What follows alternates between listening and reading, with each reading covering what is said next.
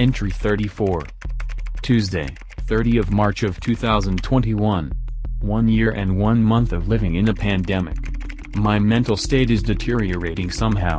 I have been isolated at home for more than a year. I barely go out, only to buy some groceries from time to time. No more social life. It could have been worse. My mind was already ill before the pandemic. There were some ups and downs though. Some days where the future looked a little bright, which gave me some high hopes. Others, where the future looked dark and the world only seemed to get worse. Who knows? Maybe the world always stood the same, maybe not. Perhaps some things get better, while others get worse. I have been having a lot of time for introspection and to get to know myself a little better. Certain memories from childhood came to me, in a manner to remind me who I really am and what my essence is.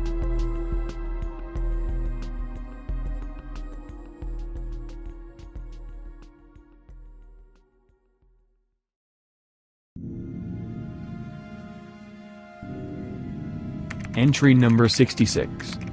Initially my goal was to keep a daily diary during the period of quarantine, but my goal has failed for a while now. I get the feeling that I'm losing my sense of time. Since my house barely receives sunlight due to the high rises on the surroundings, sometimes I don't know if it is day or night. At this point, I don't know how long have I been in quarantine and how long the pandemic is really ongoing. We have taken several lockdowns, but the virus never seems to go away or get controlled. Due to mutations, the vaccines haven't been much effective. I wonder if the virus can develop other symptoms on the infected. Entry number 67. I gained so much weight in the last months. My neighbors are getting more quiet. But my mind is getting louder.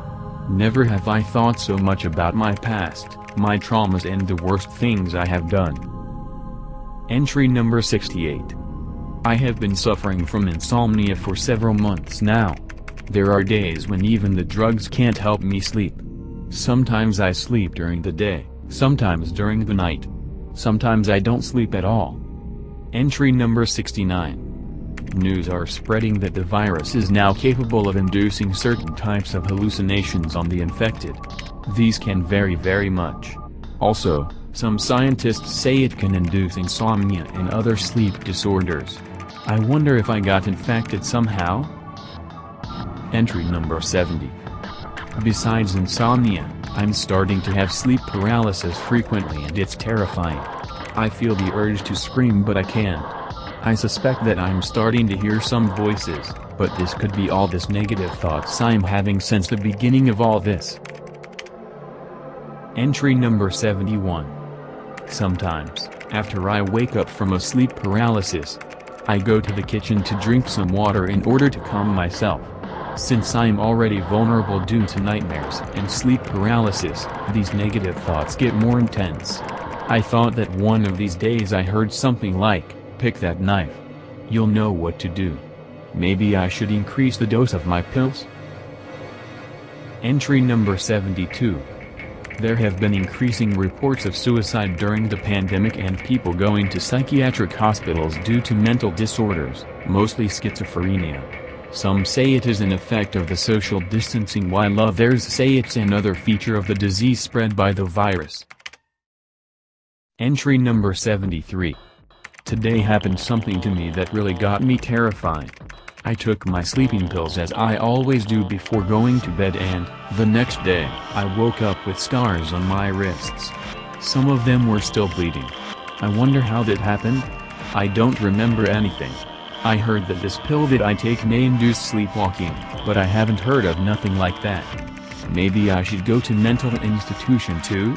What should I do? Entry number 74. I'm afraid of going to sleep now. During the day, everything is almost fine. It is at night that things go bad. I haven't slept for about 2 or 3 days. It is at night that I start hearing these horrible voices, telling me to do terrible things and saying awful things about me. I know I have done bad things in the past, but am I really a monster? Do I have that much guilt? Entry number 75. I'm at my limit. I must go to sleep. I need to go to sleep. I haven't slept for around 4 days. I feel terrible. Guess I'll just have to surrender. Took a good portion of sleeping pills to have a good night.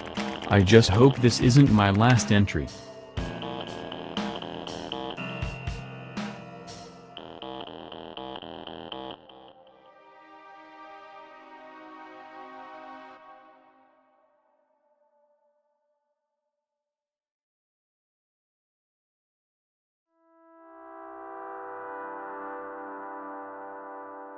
So this was the last entry on his journal. The death scene, along with the evidence this journal provides, indicates that it was indeed suicide. I'm sorry, Mom. Do you happen to know this man? Only from seeing him in the elevator and in the common areas of the building. Pretty polite young man. So when did you notice the smell of the corpse? Well, a few days ago, but I thought it was some problem with the building's sewers. That is why I didn't call the police right away. No problem, Mom. It is understandable. I think we have already all the information we need. Thanks again and have a nice day.